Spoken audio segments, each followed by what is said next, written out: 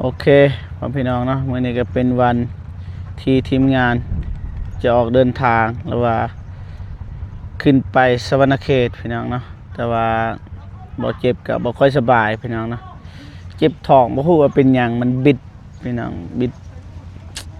นอนบ่หลับเบิดคืนพี่น้องกินยาเคินว่ายาหยังเฮาซื้อเท่าในบ้านนั่นแหละนี่ยานี่เบิด2ถุงเลยทั้งหมดทันได้หายโอ้โหสิเห็นอะไรพี่น้องเนาะหรือว่าเขาสิออกเดินทางไปเลยก็ให้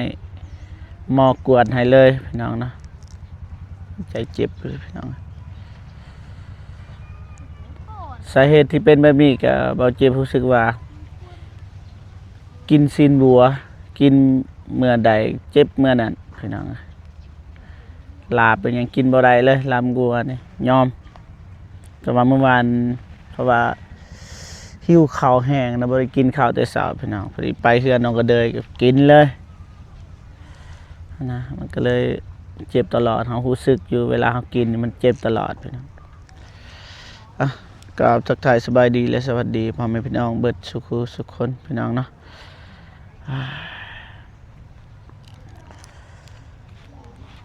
บ่เจ็บก็บ่สบายแม่ก็บ่สบายคือกันพี่น้องเนาะแต่ว่าบ่เจ็บสิขึ้นไปเบิ่งแม่ก่อนบ่ฮู้ว่าเป็นอะไรพี่น้องนะแม่เฮาก็ได้เฒ่าแล้วไปไม่ได้ว่าไปเบิ่งแม่ก่อนพี่น้องนะไปพี่น้องนะขึ้นเบิ่งแม่บ่เจ็บก่อนพี่น้องนะแม่เพิ่นก็บ่สบายแต่เมื่อวานพี่น้องบ่เจ็บก็บ่สบายโอ้กระถึกกระโกมเลยพี่น้องโพดเฮือนซานพี่น้องแม่นี่ว่าเฮือนเปื้อนฟังนี่ก็กินข้าว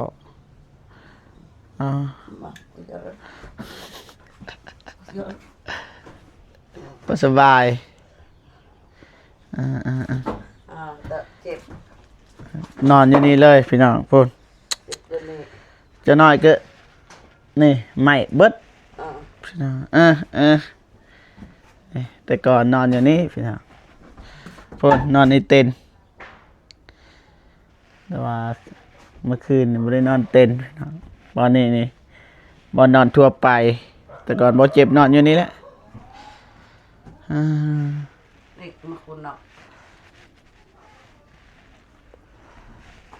ลานพี่น้องสบายดีเด้อสบายเลยไปเด้ได้ไปเด้ลูกไปเด้มาใหญ่น่าได้อาการกลางแห่เอ้าภาษาเฮาไอ้เป็นลงไอ้ตะกางไอ้กระเนียงไอ้เปล่าเป็นยังเจ็บท้องเจ็บแขวไอ้เปล่าเจ็บหัวกระถึกเลยพี่น้องเข่าแห้งเลยมีแต่ว่าไปห้องหมอหั่นแหละเฮ็ดจังไดเจ็บแขวไอ้กระเนียงไอ้กินเนียงแม่แล้วว่าเจ็บแขวนะบ่เจ็บก็เคยเจ็บช่วงนั้นมันจะไปห้องหมอ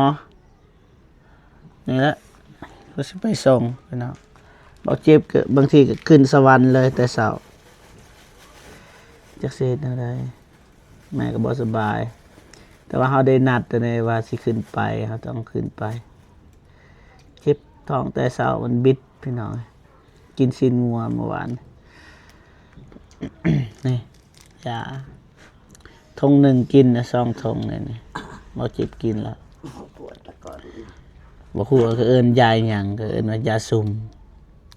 แบบปนกันเลยพี่น้องยาปนแปรนะครับบ่สบายมีแต่ว่าพาไปห้องหมอเด้อ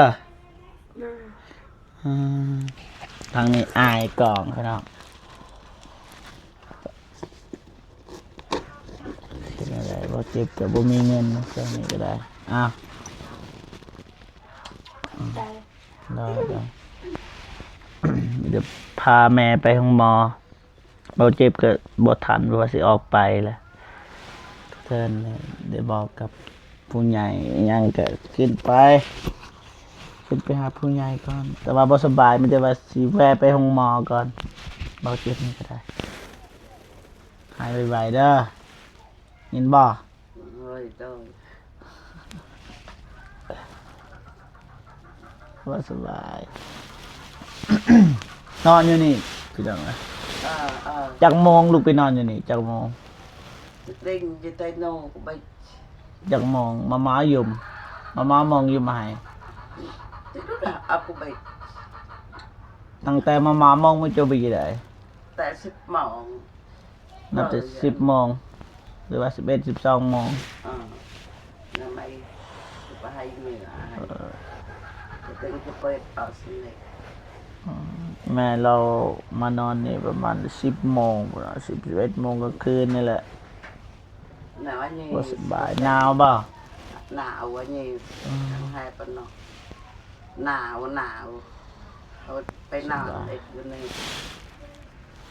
บ่สบายเบิดเลยจักเจ็บท้องบ่จักเจ็บแขนบ่จักเจ็บหัว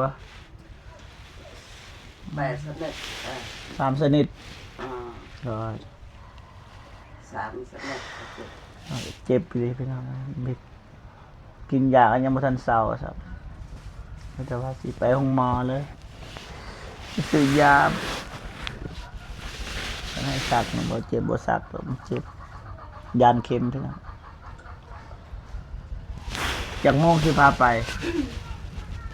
9 โมงตอนนี้จังโมงละ8 โมงทีมงานเฮากับมิดกิรีอยู่พี่น้องทีมงานก็ได้หัวสิออกเดินทางไปจังโมง เขาเมาดูว่า นี่น่ากินพี่น้องน่ากินเรือนบ่เจ็บบ่ฮู้ว่าเป็นหยังขี้ป่านี่แหละอาหารแต่ละมื้อก็ได้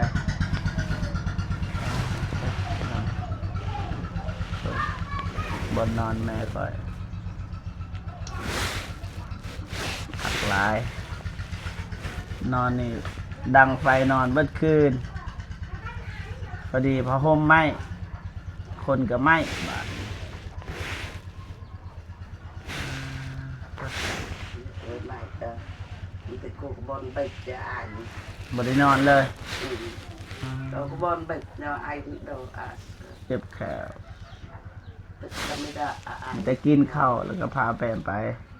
ก็ไปมาเขามาจะจ่า บ่นี่ให้คนนี้กินข้าวไวๆเร่งสปีดไปลาด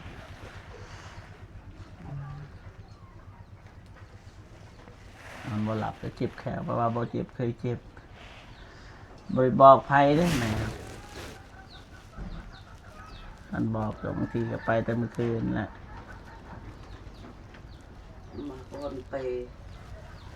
โกนไปประดองจังมาผ่าน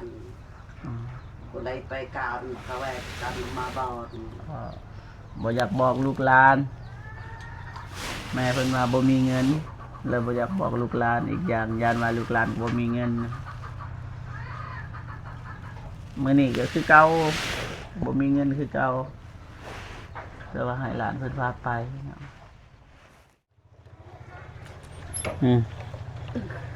ไหวบ่เด้บาดนี้ไป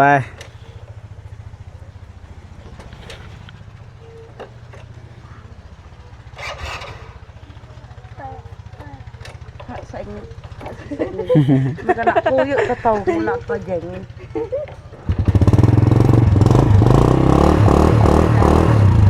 ปิดตา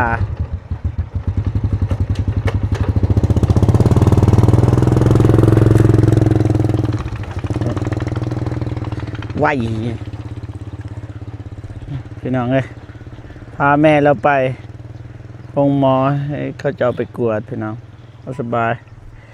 เบาเจ็บก็นะบ่ฮู้ว่าสิได้ไปหรือบ่พี่น้องสวรรณเขตพี่น้องนะแต่ว่าสิว่ากับทีมงานก่อนเป็นเอาใดพี่น้องจักไปได้จักบ่เจ็บแห้งพี่น้องพี่น้องนะเจ็บแห้งมีแต่ว่าสิเข้าไปนอนพักผ่อนก่อนพี่น้องเนาะปีใหม่คิดว่าสิเจอแต่เรื่องดีๆพี่น้อง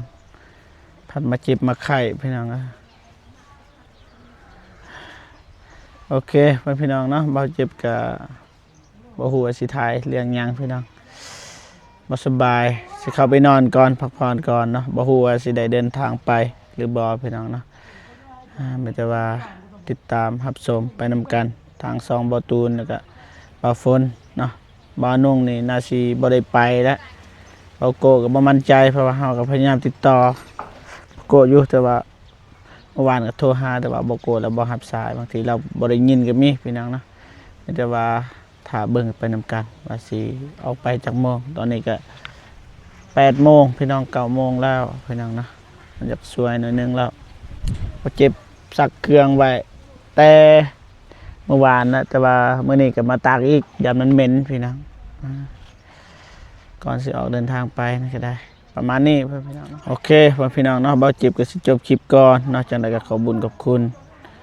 ผู้ใหญ่ใจบุญทุกท่านและว่า FC ทุกท่านเนาะที่เบิ่งคลิปเบาจิบแล้วก็เป็นกำลังใจให้เบาจิบตลอดมาพี่น้องเนาะจากนั้นก็ขอให้ FC หรือว่าผู้ใหญ่ใจบุญทุกท่านเนาะจงมีแต่ความสุขสุขภาพแข็งแรงขอให้อายุมันควรยืนเนาะความเจ็บบ่ให้ได้ความไข้บ่ให้มีปรารถนาสิ่งใดก็ขอให้ได้สิ่งนั้นเนาะอย่าเจ็บอย่าจนแล้วก็ให้ล้ำๆรวยๆยิ่งๆขึ้นไปเบิดสุขสุขคนพี่น้องเนาะเอาเจ็บกับสิกุเครื่องก่อนแล้วก็นอนพักผ่อนหน่อยนึงนะเจ็บแห้งพี่น้องบ่เศร้าจากเถื่อกินซ่องเถื่อยานี่ก็ได้แต่เศร้าพี่น้องบ่เศร้ากุเครื่องก่อนพี่น้องเอ้ยเจ็บท้องแห้งพี่น้องเอ้ยหรือว่าไปโรงพยาบาลดี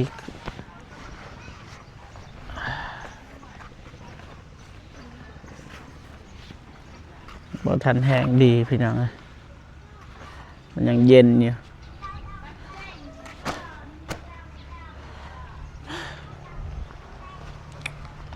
เสร็จนอนพักผ่อนแล้วพี่น้องเอ้ยนอนก่อน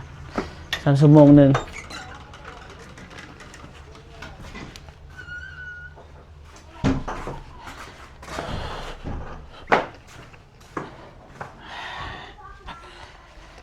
โอเคพี่น้องนะมีแต่ว่าสิพักผ่อนก่อนบ๊ายบายเด้อพี่น้องนะ